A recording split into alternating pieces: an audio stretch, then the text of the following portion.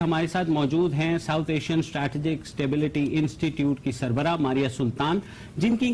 اس معاملے کے اوپر بہت کڑی نظر ہے اور جن کا یہ کہنا ہے کہ پاکستانیوں کو بتانا ضروری ہے کہ امریکہ اور بھارت کے درمیان کیا معاہدے ہوئے ہیں۔ Welcome to the show Maria. Thank you so much. Maria, عام پاکستانی یہ جاننا چاہ رہا ہے کہ امریکہ اور بھارت کے درمیان جو اب گٹھ جوڑ ہو رہا ہے اس کے پاکستان پہ کیا اثرات ہوں گے؟ چائنا کے اوپر تو ہم بعد میں آتے ہیں، لیکن ہمارے لیے امیڈیٹ جو کنسرنز ہیں وہ کیا ہیں؟ دیکھیں، اس وقت جو معاہدے طے پائے ہیں امریکہ اور ہندوستان کے درمیان، اس کی بنیاد پر ہندوستان جو ہے وہ سفر جو تقریباً آئندہ 50 سالوں میں ہندوستان نے پورا کرنا تھا، تکنیکی لحاظ سے، سائنسی اعتبار سے اور ایک بین الاقوامی طاقت بننے کے لحاظ سے، وہ ہندوستان شاید آئندہ 5 سالوں میں جو ہے طے کر پائے۔ اور اس کی بنیادی وجہ یہ ہے کہ امریکہ جو ہے 5 مختلف جو حلقے ہیں یا ایریاز ہیں اس کے اندر ہندوستان کی معاونت بھی کرے گا اور ہندوستان کو وہ تمام چیزیں ریسرچ اینڈ ڈیولپمنٹ میں دے گا جو اس وقت جو دنیا کی سب سے لیڈنگ طاقت ہے اس کے پاس موجود ہیں۔ اس میں سر فہرست تو ان کے پاس اکنامک انویسٹمنٹ ہے، جس میں توانائی کے شعبے میں تقریباً 1 بلین، دوسری جو فورن ڈائریکٹ انویسٹمنٹ سے تقریباً 2 بلین جو ہے اسمال اینڈ میڈیم انٹرپرائزز کے لیے، پھر اس کے علاوہ جو ان کے ڈیولپمنٹل سٹرکچرز ہیں ان کے لیے علیحدہ پیسے مختص کیے گئے ہیں۔ ساتھ ہندوستان کے اندر 3 اسمارٹ سٹیز جو ہے امریکہ جو ہے اپنی شراکت کے ساتھ ہندوستان میں پیدا کرے گا۔ پھر ان کے جو قانون ہیں ان کے اندر بھی تبدیلی لے کے آئے گا، اس طرح کی پبلک پرائیویٹ پارٹنرشپ بہتر ہو۔ دوسری طرف دفاع کے اعتبار سے اس میں اسپیس پروگرام، یعنی ہندوستان کو نہ صرف اسپیس پروگرام کے اندر معاونت دے گا بلکہ جو ایٹمی لحاظ سے جو ہندوستان کو ایکسلریٹر فزکس اور ڈیولپمنٹل فزکس ہے اس کے اندر نہ صرف معاونت کرے گا بلکہ اس کی بنیاد پہ ہندوستان ایک پروڈیوسر اسٹیٹ بن جائے گا۔ پھر جو ہے ڈیفنس میں میک ان انڈیا جو کانسیپٹ ہے اس کانسیپٹ کو بھی ترجیح دی جائے گی۔ پھر جو سائنس اور ٹیکنالوجی کی ڈفرینس ہو اس میں مونسون فال، یعنی کہ جو اس وقت آپ کی جو مونسون کی جو فالز ہیں ان کے اوپر بھی جو ہے نہ صرف کام کرے گا بلکہ اس کی بنیاد کے اوپر مختلف قسم کی جو ہے 5 انرجی کے پروجیکٹس میں، clean energy projects, developmental projects, assistant projects, اور ہر ایک پروجیکٹ تقریباً $1 بلین کا ہے۔ ماریا، میں یہاں آپ کو تھوڑا ہوم لینڈ سیکیورٹی پہ آتے ہیں، ماریا مجھے صرف یہ بتا دیجیے، اس کے اندر نہ صرف ہندوستان گلوبل پارٹنرشپ میں ان کا ساتھی بنے گا بلکہ اس کے ساتھ ساتھ آگے بھی معاونت کی جائے گی ہر طرح سے ہندوستان کو ایک بڑی اور بہتر طاقت بنانے کے لیے۔ انفراسٹرکچر ڈیولپمنٹ کے لیے امریکہ ریلوے اور ایویشن سائنسز میں ان کی مدد کرے گا۔ تو یہ جو فہرست ہے جب آپ اس کو دیکھتے ہیں تو اس سے یہ بات یقینی ہو جاتی ہے کہ اس وقت امریکہ کا صرف اور صرف ایک ہی مقصد ہے ہندوستان کے ساتھ، اور وہ مقصد یہ ہے کہ کسی طرح ہندوستان کو 21ویں صدی کی سب سے بہتر ریاست کے طور پہ، ایک نمونے کی ریاست کے طور کے اوپر امریکہ کے ساتھ دکھایا جائے، اور امریکہ کی اس بنیاد پہ نہ صرف ہندوستان کو علاقائی بالادستی حاصل ہو بلکہ ایک بین الاقوامی طاقت کے طور کے اوپر اور طاقت کے ستون کے طور کے اوپر وہ اٹھے۔ ماریا، مجھے یہ بتائیے کہ آپ نے کہا کہ امریکہ نے بھارت کو 50 سال کا سفر اب وہ 5 سال میں طے کر لیں گے۔ ہماری بھی تو 12 سال 13 سال بہت محبت رہی، بہت قربت رہی، امریکہ نے ہمیں کچھ دیا، یا ہمارا جو اگلے 50 سال کا سفر تھا وہ کیوں 5 سال میں طے نہیں پایا؟ کیا ہماری محبت جھوٹی تھی؟ کیا ہمارے درمیان بد اعتمادی تھی؟ کیا مسئلہ تھا؟ دیکھیں، ہماری محبت امریکہ کے ساتھ صرف 12 سال کی نہیں 65 سال کی ہے، اور اس 65 سال کی محبت میں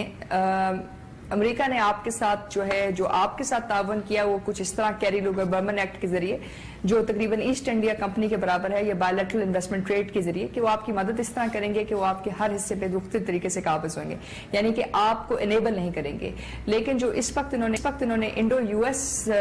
ڈیل کے ذریعے ہندوستان کو دے رہے ہیں وہ ایک اس ریجن کے لیے مارشل پلان کے مترادف ہے، لیکن مارشل پلان سے بھی ذرا 2 سٹیپ آگے، کیونکہ ہندوستان کو وہ ایک ساتھی کے طور کے اوپر آگے لے کے جا رہے ہیں۔ اس کی بنیادی وجہ یہ ہے کہ وہ یہ سمجھتے ہیں کہ آپ کی جو سیولائزیشنل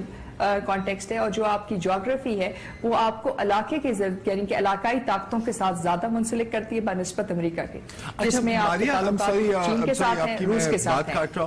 لیکن میں چاہوں گا کہ دیکھیں، ایک تو کہا جاتا ہے اور یہ بات صحیح ہے کہ امریکہ کا جو مین کاروبار ہے وہ کاروبار ہے، مطلب the business of America is business۔ تو ایک حد تک تو obviously انڈیا ایک بہت بڑی مارکیٹ ہے، ان کی اکانومی پاکستان کے لحاظ سے تو بہت زیادہ بڑی ہے، تو ایک پوائنٹ پہ تو امریکہ ان کے ساتھ اکنامک کوآپریشن تو obvious ہے۔ لیکن اگر ہم دیکھیں ریجنلی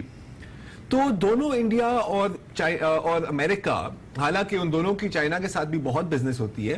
جو پولیٹیکلی وہ چائنا کو کاؤنٹر کرنا چاہتے ہیں. تو یہ جو آپ بات کر رہے ہیں مارشل پلان فار انڈیا، یا آپ کہہ رہے ہیں کہ مارشل پلان سے بھی زیادہ ہے، کس حد تک یہ اس چیز پہ ایمڈ ہے کہ انڈیا اتنا طاقتور ہو جائے کہ ریجن میں وہ چائنا کو کاؤنٹر کر سکے؟ دیکھیں، اس میں یہ بات تو ان کی سر فہرست اس طرح سمجھی جا سکتی ہے، کیونکہ اس میں ایک تو بات یہ کہ جی مارکیٹ کی اس وقت جو تعاون کی بنیاد ہے وہ صرف مارکیٹ ایکسیس نہیں ہے، وہ ہندوستان کو اس قابل کرنا ہے کہ وہ خود ہندوستان جو ہے دنیا کی جو مارکیٹ ہے اس میں حصے دار بن سکے. اور اس وقت ہندوستان کا سب سے بڑا مسئلہ یہ تھا کہ ہندوستان کے پاس ہیومن ریسورس تھی، لیکن ہیومن ریسورس کے ساتھ ٹیکنالوجی نہیں تھی، یا ہائی ٹیک ٹیکنالوجی، یا وہ ڈیولپمنٹل سکیلز نہیں تھی، کیونکہ ان کی جو اکانومی ہے وہ مرکنٹائل ہے اور اندر کی طرف دیکھتی ہے. اس وقت امریکہ مدد کر رہا ہے ہندوستان کی اس حد تک کہ وہ ٹیکنالوجی کے اعتبار سے جو ہے نہ صرف چین سے سرپاس کرے گا کچھ عرصے بعد، لیکن ہو سکتا ہے کہ جاپان کے ساتھ بھی اس معاہدے کے اندر مختلف شقیں رکھی گئی ہیں کہ جاپان بھی معاونت کرے گا. تو اس میں نہ صرف امریکہ بلکہ امریکہ کے جتنے بھی جو ہواری ہیں وہ بھی ہندوستان کی معاونت کریں گے کہ ہندوستان تکنیکی لحاظ سے، یہ ٹیکنالوجی کے اعتبار سے جو ہے ایک اول درجے کی ریاست بن کر ابھرے. یہ پاکستان سے زیادہ چین کے لیے بھی، اور خاص طور کے اوپر سب سے زیادہ مسئلہ روس کے لیے بھی بنے گا، کیونکہ اس کے اندر نہ صرف دفاعی اعتبار سے وہ ہندوستان کے اندر اپنا سکہ جو ہے وہ قائم کر رہے ہیں، بلکہ اس کی بنیاد کے اوپر وہ اس خطے کے اندر بھی اور بین الاقوامی جو اس وقت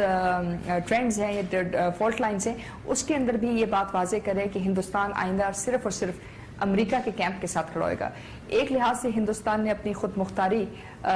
کو بڑی حد تک اور اپنی خارجہ پالیسی کو بڑی حد تک جو ہے اس کی بنیاد اس کو ختم کر کے جو ہے امریکن کوآپریشن کی بنیاد کے اوپر یہ فیصلے کیے ہیں. لیکن ایز این اینالسٹ آپ کیا دیکھتی ہیں کہ کیا یہ ہو پائے گا، یہ جو گرینڈ ڈیزائن ہے counter China to even counter Russia to an extent, کیونکہ یہ بھی کہا گیا امریکی اہلکاروں کی طرف سے کہ امریکہ اب رشیا کو اوورٹیک کر دے گا as the largest defence exporter to India. تو مجھے یہ بتائیے کہ اس ریجن میں اب بھارت تنہا کھڑا ہوگا امریکہ کے اتحادی کے طور پہ، جبکہ چین، پاکستان اور رشیا، روس جو ہے وہ مل کر ایک یہاں نیا ایک الائنس بننے جا رہا ہے. تو آپ کو لگتا ہے کہ کس کی پالیسیاں کامیاب ہوں گی؟ دیکھیں، پہلی بات تو ہم نے یہ دیکھنی ہے کہ اس وقت جو خطے کی زمینی صورتحال کچھ ایسی ہے. 1999 سے امریکہ اور ہندوستان کے درمیان جو ہے next step for strategic partnership کے اوپر کام ہونا شروع ہوا. 2003 میں یہ معاہدہ طے پایا اور 2005 میں جو ہے basic agreement frame work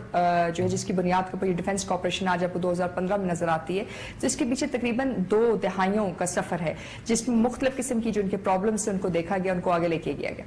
in تمام چیزوں کی برعکس جب آپ دیکھتے ہیں پاکستان، چین اور روس، آپ کے لیے سب سے بڑا مسئلہ کیا تھا؟ افغانستان. آپ کے لیے سب سے بڑا مسئلہ اس وقت کیا بن کے ابھر رہا ہے؟ آپ کی بنیادی سیکیورٹی. اس وقت یہ جو تینوں ریاستیں تھیں، ان تینوں ریاستوں کے لیے جو ہے ریجنل سیکیورٹی ایک پرابلم رہی ہے. آپ نے ادارتوں انسٹیٹیوشنل لیول کے اوپر وہ کام نہیں کیے جو اس وقت ہندوستان کے ساتھ امریکہ نے کیے ہیں. ٹھیک ہے، ان کے پاس 20 سال کا سفر ہے، لیکن ان تمام چیزوں کی بنیاد 2 چیزوں کے اوپر ہے. ایک تو یہ کہ ہندوستان اور پاکستان کے درمیان کوئی جنگ نہ چھڑے، کوئی ایٹمی خطرات میں اضافہ نہ ہو، یعنی کہ آپ ریسیس ڈیٹرنس میں رہیں. دوسری طرف یہ بھی بہت ضروری ہے کہ پاکستان، چین اور روس جو نیچرل ایلائز ہیں، نیچرل آپ کے خطرات ہیں، نیچرل آپ کی مفادات ہیں اور نیچرل ہی آپ کی آپشنز ہیں، اگر آپ پاس آ جاتے ہیں اور آپ اپنے اداروں کے ساتھ یہ ریلیشن شپ قائم کرنے میں کامیاب ہو جاتے ہیں تو پھر یہ ریلیشن شپ اس طرح نہیں ابھرے گا جتنی تیزی سے آپ امریکہ چاہتا ہے. لیکن ہمیں یہ بات نہیں بھولنی چاہیے کہ اس وقت امریکہ ریسرچ اینڈ ڈیولپمنٹ میں سب سے آگے ہے، اور وہ جس چیز میں ماریا آپ ہمارے ساتھ رہیے گا، مجھے یہاں ایک بریک لینی ہے. ہم ماریا سلطان سے بات کریں. اور ماریا، مجھے صرف اب اگر آپ شارٹ طور پر یہ بتا دیں، مختصر طور پر یہ بتا دیں کہ پاکستان کے پاس اب کیا چوائس بچی ہے؟ پاکستان کے پاس یقینی طور کے اوپر اس وقت حالات پہلے سے بہتر ہیں 2-3 اعتبار سے. پہلی بات تو یہ ہے کہ آپ نے اندرونی طور پہ یہ بات فیصلہ کر لیا ہے کہ آپ کی جو ریلیشن شپ ہے وہ صرف ایک ملک کے اوپر ڈیپینڈنٹ نہیں رہے گا. اس لیے نہ صرف آپ نے روس کے ساتھ اپنے تعلقات کو بہتر کیے بلکہ چین کے ساتھ بھی اب آپ معنی خیز تعلقات چاہتے ہیں، محض لفاظی نہیں چاہتے ہیں. اس کے علاوہ یورپین یونین کے ساتھ بھی اور باقی ممالک کے ساتھ بھی. اس وقت جو مسئلہ ہمارے پاس موجود ہے وہ یہ ہے کہ ہم نے اپنی جو فریم ورک ہے کہ جس کے تحت ہم لوگوں کے ساتھ کام کرنا چاہتے ہیں، معاہدے کرنا چاہتے ہیں، اس کا بنیادی فیصلہ نہیں کر سکے گا. کیا ہم پاکستان کو تکنیکی اعتبار سے ایک بہتر ریاست کے طور کے اوپر لے کے جانا چاہتے ہیں، یا ہم سیکیورٹی اور ڈیفنس کوآپریشن میں کتنی حد تک لے کے جائیں گے. اور تیسری بات یہ کہ جو گلوبل یا بین الاقوامی ری الائنمنٹ ہو رہی ہے، اس بین الاقوامی ری الائنمنٹ میں یہ جو تمام صورتحال ہے، اس میں ہم کتنی حد تک اپنے ساتھیوں کو اپنے ساتھ لے کے جا سکیں گے. اور یہاں ساتھیوں سے مراد بنیادی طور کے اوپر 3 ریاستیں ہیں یا 3 ملک ہیں. ایک تو آپ کے پاس چین ہے، دوسرا آپ کے پاس روس ہے، اور تیسرا جو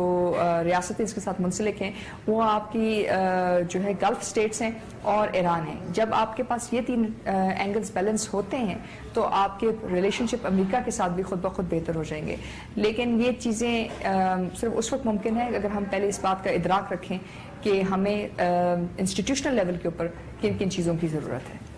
بہت شکریہ ماریا ہم سے بات کرنے کا، اور یقیناً ناظرین کو بھی پتہ لگا ہوگا کہ صدر اوباما اور بھارتی جو وزیر اعظم ہیں مودی کے درمیان جو بات چیت ہوئی ہے اس کے پاکستان پہ کیا اثرات ہوں گے.